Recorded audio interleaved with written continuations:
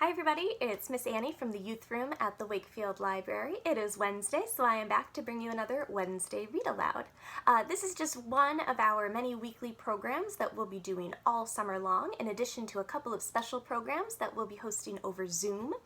Some of our upcoming Zoom programs that you can register for are Camping at Home for Kids. We have a stuffed animal pet show coming up for kids, and we also have lots of programs for teens and tweens as well. There's a weekly Dungeons and Dragons meeting, there is an online dance party, and a taste testing program coming up. This is all virtual, and you can find out more information about these programs and many others at wakefieldlibrary.org.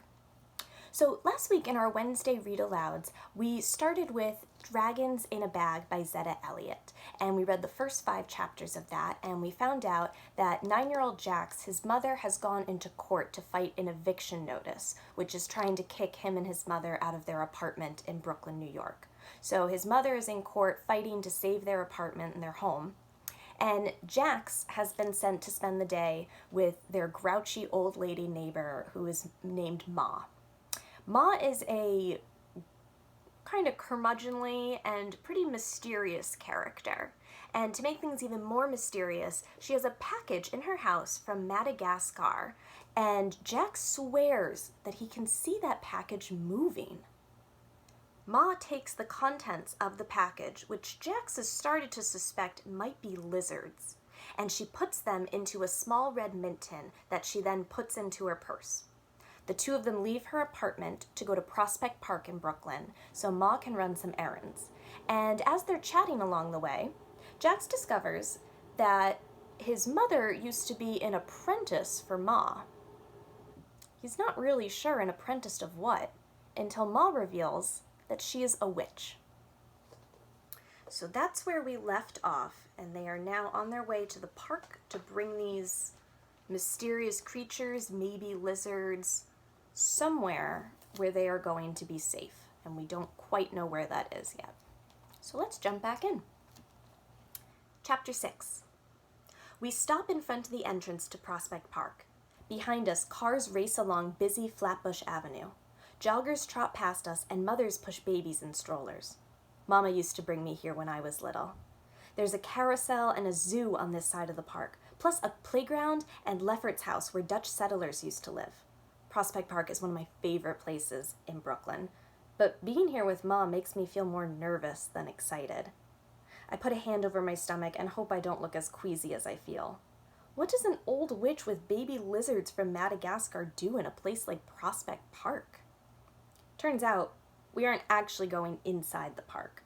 Instead, we stand before the tall stone gate while Ma examines the tumultuous sky. The dark clouds above us look like water swirling down a drain. "Looks like rain," I say, hoping that will prompt her to act. But Ma just gives me a thoughtful, before giving her bag a reassuring pat. "What do we do now?" I ask as raindrops start to spatter in my face. "Wait," Ma replies. I follow her over to a stone bench and watch as Ma eases herself onto it with a groan. I'm too anxious to sit, so I stand a few feet away. 1 or 2 pigeons do their jerky walk nearby, hoping we'll toss them some crumbs or something else to eat. Whenever a pigeon gets too close, I swing my foot in its direction and send it flapping away. But more and more pigeons descend from the angry sky, and soon we're surrounded by a sea of cooing birds. I stamp my foot to scare them away, but Ma says, "Leave them be. They know what time it is." That makes no sense to me, but I do as I'm told and sit down next to Ma on the hard stone bench. I still glances at her, but try to act cool. I've never seen a real witch before. Ma doesn't look anything like the witches you see on TV. I want to ask her how she became a witch. Was she someone else's apprentice once? I'm curious, but also a little bit scared, and I don't want to say something corny like, "Where's your broomstick?" So I just crack my knuckles and wait for Ma to say something to me. She's gone back to staring at the sky, though, so nothing gets said for a while. Before I can think of a sensible witch question to ask, a homeless man pushing an overflowing grocery cart comes our way. He's wearing so much clothing he looks like a pile of walking laundry. I count at least 3 different hats stacked on top of his head, which he keeps tucked in close to his chest. I can't see the man's face, but he carries an old TV, His cart carries an old TV, clear bags full of empty soda cans and bottles, and more clothes.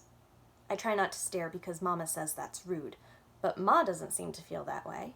In fact, Ma shifts closer to me so there's more room on the bench, and sure enough, the man parks his cart and sits down right beside her. "Ma," he says in a gruff but friendly voice. "Ambrose," she replies politely. I stare at the ground so no one can tell how surprised I am. Ma knows this guy? "You ever think about traveling light?" she asks him. "You ought to find some place to park that cart. It's slowing you down, bro." The man reaches out a gloved hand and grips the rim of his cart. "Sorry to keep you waiting, Ma, but you know I like to keep my prized possessions within reach." Ma nods like she understands. Then she uses her cane to knock a clump of dried mud off one of his mismatched shoes. "How are things?" The man lifts his head to gaze at the street. "Things ain't what they used to be, Ma, but you don't need me to tell you that." "Any trouble with the transporter?" "You traveling today?" Ma shrugs. "Might be." "Thought you left the game a long time ago, Ma. You ain't no spring chicken, you know." Ma grunts and taps her cane anxiously on the pavement. "Tell me about it. But you don't know how it is, bro. Every time I get close to retirement, they find some way to keep me on the job." Ambrose chuckles. "What is it this time?" Ma pats her bag and says, "I gotta make a delivery." Ambrose tilts his head to the side, which makes the fedora on top start to slide off. "That's grunt work, Ma. Why they got a pro like you making deliveries?" Ma tugs at the straps of her bag and looks around to see if anyone's listening. "You know how it is, bro. Some deliveries are more special than others." Ambrose nods so hard the fedora finally does fall off. I pick it up and hand it to him, and that's when I see the gap. It's a mild spring day, but Ambrose is wrapped from head to toe. He's wearing so much clothing I can't see an inch of his skin. But even with all his layers, I still see air between the elastic cuff of his bubble coat and his glove when Ambrose reaches out his hand to take back his hat. Before today, I wouldn't have paid much attention to a homeless man sitting on a bench in front of Prospect Park. But now that I know Ma's a witch, nothing seems normal. If Ambrose wasn't wearing 100 different pieces of clothing, I think he'd be invisible. "Thanks, kid," he says before setting the fedora on top of his baseball cap. To Ma, he says, "He's with you?" Ma looks at me for a few seconds before she responds, "Yeah, he's with me." "And the birds?" Ma shrugs and looks up at the angry sky. "Guess they figured I needed a winged escort." Ambrose laughs and pulls a clear plastic bag from his cart. He undoes the knot and tosses birdseed at the pigeons. They hurry over to him, clearing the sidewalk in front of Ma and me. "First day on the job?" Ambrose asks. He keeps his head down like he's watching the birds, but I know he's talking to me. I open my mouth to reply, but Ma beats me to it. "He's just a temp," she says. Ambrose laughs again. "All your apprentices are temporary, Ma. Watch yourself, kid. On-the-job training in our line of work can be risky. Say, Ma, whatever happened to your last apprentice? Does hair ever grow back?" "Of course it did." Ma put her hand on my arm and gives me a sharp squeeze. "Don't listen to him, Jax. Bro's just messing with you." To Ambrose, she says, "You ready?"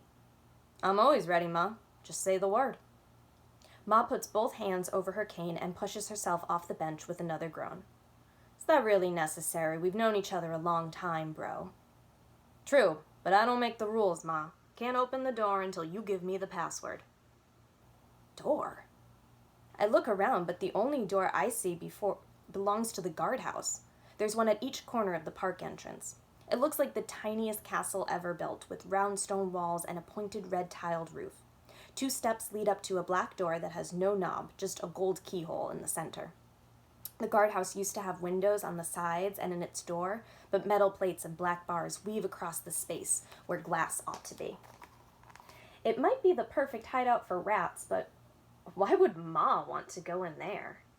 The pigeons take advantage of Ma's distracted state and gather at her feet once more. Ma curses under her breath and fishes inside her purse for several seconds before pulling out a small blue book. She opens it and impatiently flips from page to page. Finally, she cries out, "Got it!" I watch as Ma leans in close to Ambrose and whispers something in his ear. He nods, then grips his cart to steady himself and gets to his feet. Ambrose pulls a key from inside of his pocket in his heavy coat and leads Ma over to the guardhouse that's closest to our bench. I hear a loud click as he unlocks the black door. Ma waits for Ambrose to shuffle back over to his cart before she tries opening the door. Since it has no knob, she tugs at the bars over the window until the heavy door creaks open. Ambrose deposits the key inside his coat and calls over his shoulder, "The transporter's had some irregular outcomes in the past few weeks." Ma frowns and pulls the black door open a bit more so she can peer inside. "I don't need to hear that, bro," she says wearily. "Not today." "Just thought you should know, Ma, since you're taking a friend. Be prepared for potential irregularities." "I'm always prepared," Ma says with confidence. Ambrose nods again and pushes his cart back down Flatbush Avenue. "Well, it's been a pleasure, Ma. You take good care of yourself." "If I don't, who will?"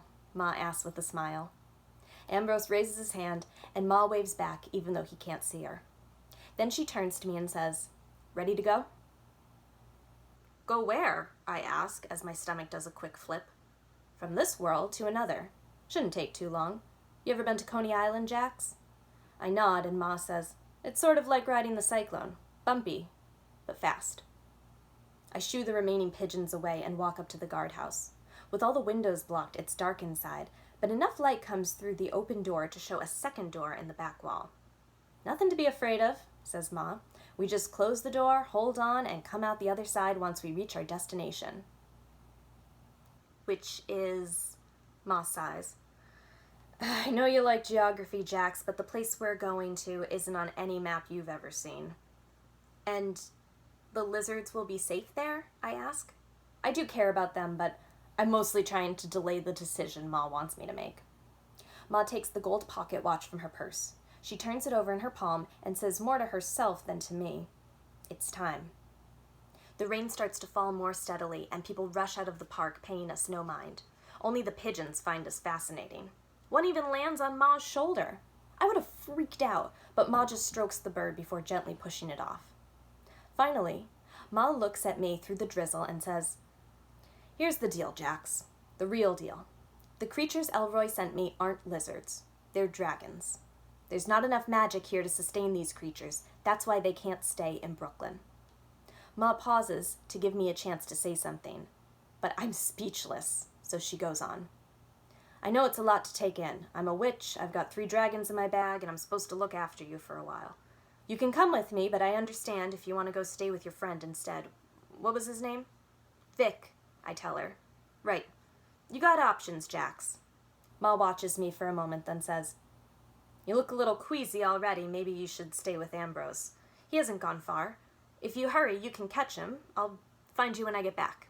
I promise." I peer into the dark, cramped guardhouse and wonder whether Mama was right to run away from Ma. Maybe my mother felt then the way I feel right now. "You don't have to come," Ma tells me. "No hard feelings, really. But you have to make up your mind fast, Jax, 'cause I gotta go." A whining sound comes from Ma's purse, and more pigeons flock to the guardhouse. I glance up the block and wonder what Ambrose and I would talk about if I chose to stay behind with him instead of going who knows where with Ma. There's probably a payphone at the nearby subway station, and the library isn't too far away. I could call Vic and tell him to meet me there. Or I could travel to a faraway world and help Ma deliver those baby dragons. Ma shoos the pigeons out of the guardhouse and steps inside. There's barely enough room for her to turn around. Ma smiles at me and waves before grabbing hold of the metal ring in the center of the door. "I'll be back soon, Jax," she says with a wave. Ma is smiling, but I see something in her blue-black eyes. I think it might be disappointment. How many new recruits have walked away when Ma needed their help? I'm not her official apprentice, like she said. I'm just a temp. But I have nothing better to do right now.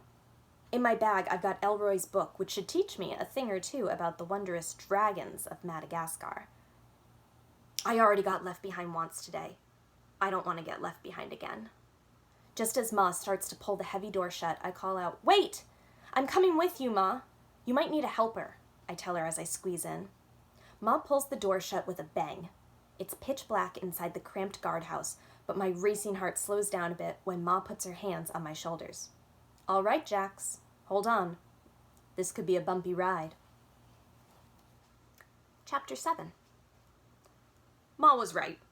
The guardhouse moves through time and space the same way the cars on the 90-year-old cyclone rattle along the wooden tracks. My hands reach out for something to hold, but the round walls of the guardhouse are smooth.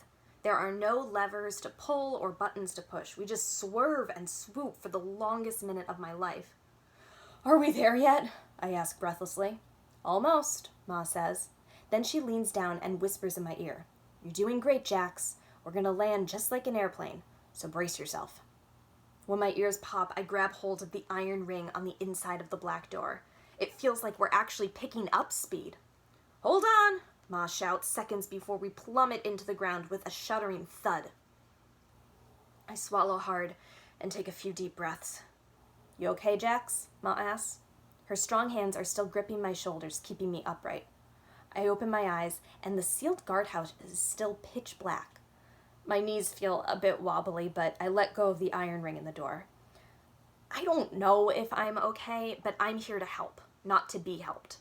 So I clear my throat and say, "Ready, Ma," with more confidence than I actually feel. Ma takes her hands off my shoulders. With a grunt, she pushes open the door.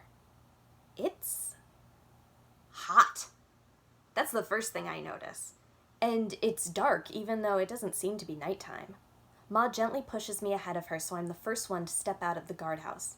My feet sink into spongy soil, and I start to sweat almost right away. It feels just like the inside of the greenhouse at the Botanic Garden. The plants around us look tropical. It's so humid, even the leaves are sweating. Strange squawking sounds come from the trees above. I think we're in some sort of jungle. "Is this where the dragons live?" I ask over my shoulder. The look on Ma's face isn't reassuring. She stands in the doorway of the guardhouse and scowls at the world around us. Ma starts muttering something under her breath. I watch as she runs a finger along the dewy surface of a glossy green leaf. She sticks her finger in her mouth, pulls it out, and concludes, "Ain't no magic here." That's not good. We left Brooklyn because there wasn't enough magic there either. "Are you sure?" I ask. "Maybe we should ask somebody." Ma looks at me sideways. "You see anybody around here, Jax?"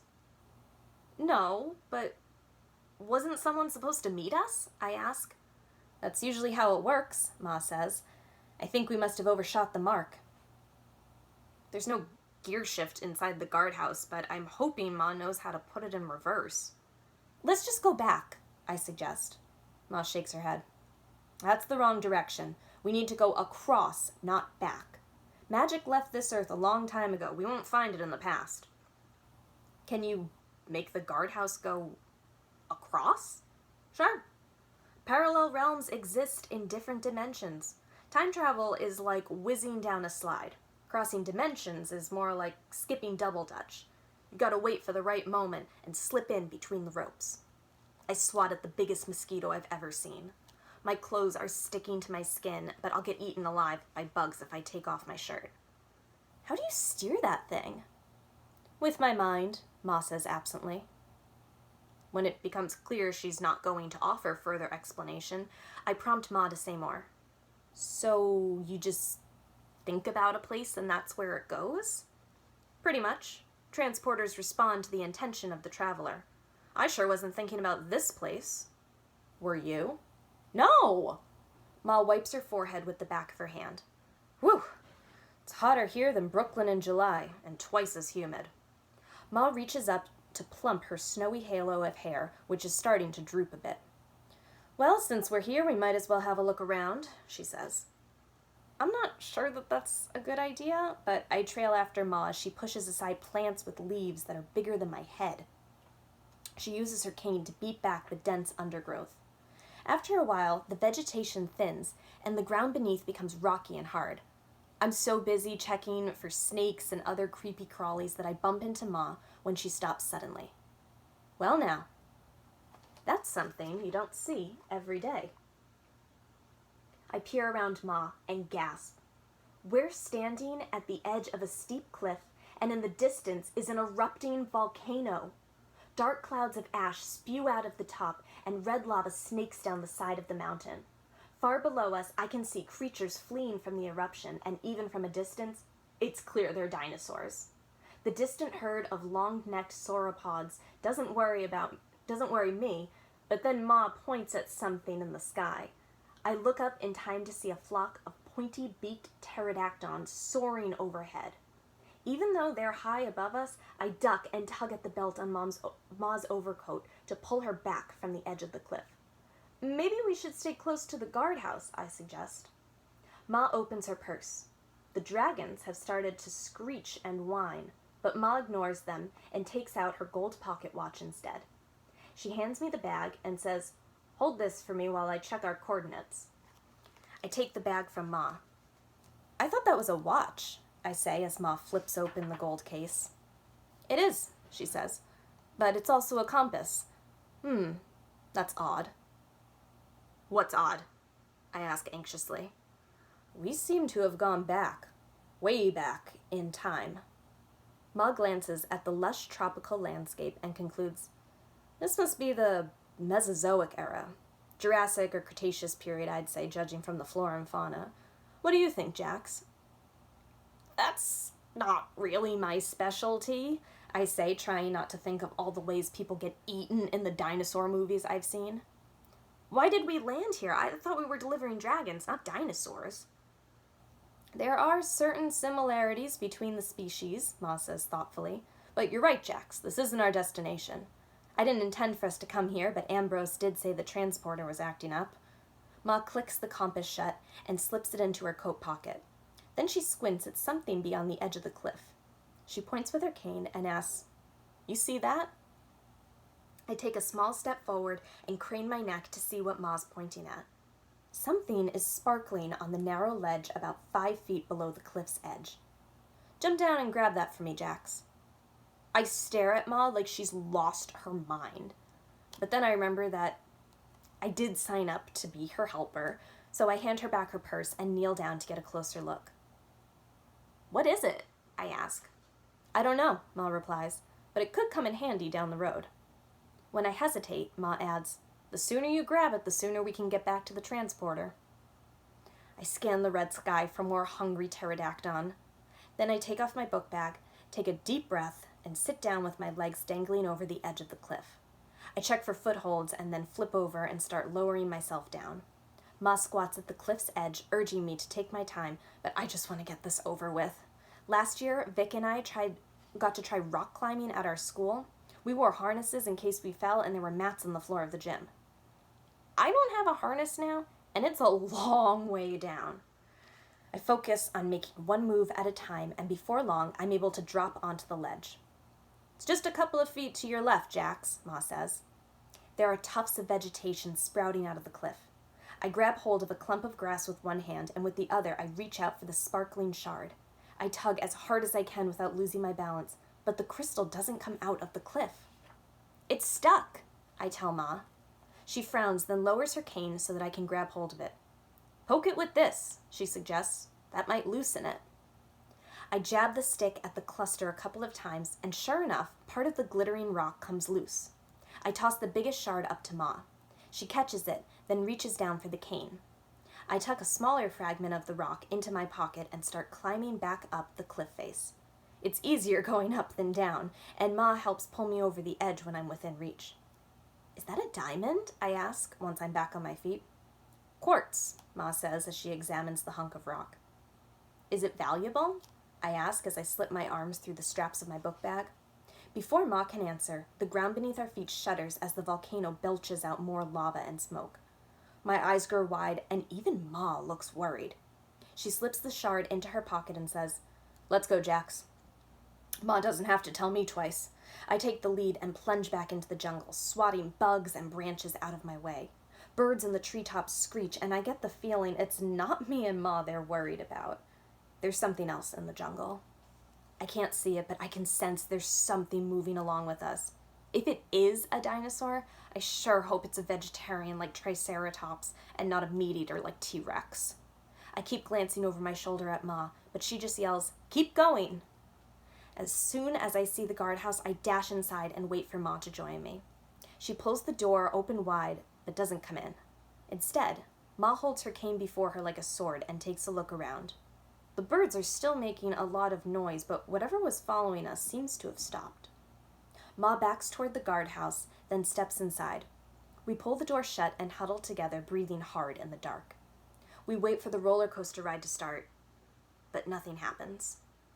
I don't know what's worse, landing in the wrong place or going no place at all. Ma? Yes, Jax? Why aren't we moving? Ma sighs heavily. I don't know, Jax. I better take a look. You stay here. She shoves open the door of the guardhouse, but I grab hold of her arm. There's something out there.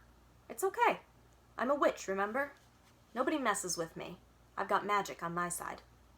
Ma pries her arm free and hands me her purse.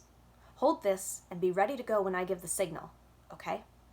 Then she steps outside and pushes the door shut behind her, leaving it open just enough to let in a sliver of light. I clutch the straps of Ma's purse and think about what I should do. I won't see any signal if I stay inside this dark guardhouse, and Ma may be a witch, but we still got lost in time, which means she needs more than just magic on her side. I'm just a scared 9-year-old boy, but I came along to help Ma, so I decide that's what I'm going to do. I set Ma's purse on the floor of the guardhouse and push open the heavy black door. What I see surprises me. Ma is sitting on a mossy log with her eyes closed. She looks calm and peaceful, like she could doze off right here in the middle of this steamy, scary jungle. Without opening her eyes, Ma starts talking to me. You don't need to be out here, Jax. You just sit tight and I'll try to get us back on track in a minute or two. I'm your helper, I remind her. I can't help you if I'm hiding out in the guardhouse. Ma smiles and opens her eyes. True, she says, patting the spot beside her on the log. And right now, I can use all the help I can get. I walk over and sit down next to Ma. Are you tired? I ask her. Ma sighs and rubs her eyes. I've been on the job too long, Jax. These old bones need an extended vacation. Can't you just retire? Sure, but who's going to carry on? I've got to think about the future of the profession. Pass the torch, so to speak. I press my lips together and think for a minute. What if Ma were to pass the torch to me? Mama didn't want to be Ma's apprentice, but maybe I could take her place. What about me? I ask. What about you? What if you pass the torch to me? That's sweet of you, Jax, but I don't know if you're cut out for this kind of work. Because I'm a boy? Don't be silly, Ma says with a frown. I just think, well, Jax, you're a lot like your mama. That's true, but maybe that could work to my advantage. Maybe that's a good thing, I tell Ma. After all, Mama's real smart. You said so yourself. And she's good at solving problems, too. Plus, she never gives up, even when bad things happen. Like when my dad died or when the landlord tried to throw us out. So maybe it's a good thing that we're so alike. I'm a quick learner, and I don't mind if things aren't ordinary all the time. Ma's looking at me like she might actually change her mind about training me to become a witch. But then something stirs in the bushes behind us, and I jump in spite of myself. Ma puts a comforting hand on my knee. We'll talk about your qualifications later. Right now, we need to get the transporter up and running, Ma says. I just need a moment to clear my mind. Ma closes her eyes again, but I keep my eyes open in case whatever's moving in the bushes is hungry and sizing me up for a snack. I want to prove to Ma that I would make a good apprentice, but I also want her to hurry up and focus on getting out of here because I am ready to go now. Whatever's lurking in the bushes behind us starts to growl. I jump up and get ready to run back to the guardhouse, but Ma doesn't budge. Instead, she just reaches her hand inside her coat pocket and clutches the shard of crystal she put there earlier. Tell me what else you know about Madagascar, Jax. As scared as I am right now, I know what Ma's doing. She's trying to distract me so I won't start to panic, but it's too late for that. The leafy branches behind Ma start to wave and then snap as the creature prepares to spring from the shadows. Run, Ma, run! I cry as I sprint back to the guardhouse. I'm moving so fast that I slam into the door on the opposite side of the round stone building. But when I turn around, Ma's not behind me. She's still sitting on the log with her eyes closed. The creature's growl builds into a full-blown roar, and then Ma's eyes flash open. She pulls the crystal out of her pocket and holds it high above her head. Then she looks straight at me and points her cane at the guardhouse. The black door slams shut, leaving me alone in the dark. Ma? Ma! Ma! I scream and bang on the door. I lean against it with all my weight, but nothing happens. I turn around and feel along the curved stone wall until I reach the second door. I push as hard as I can, but that door doesn't budge either.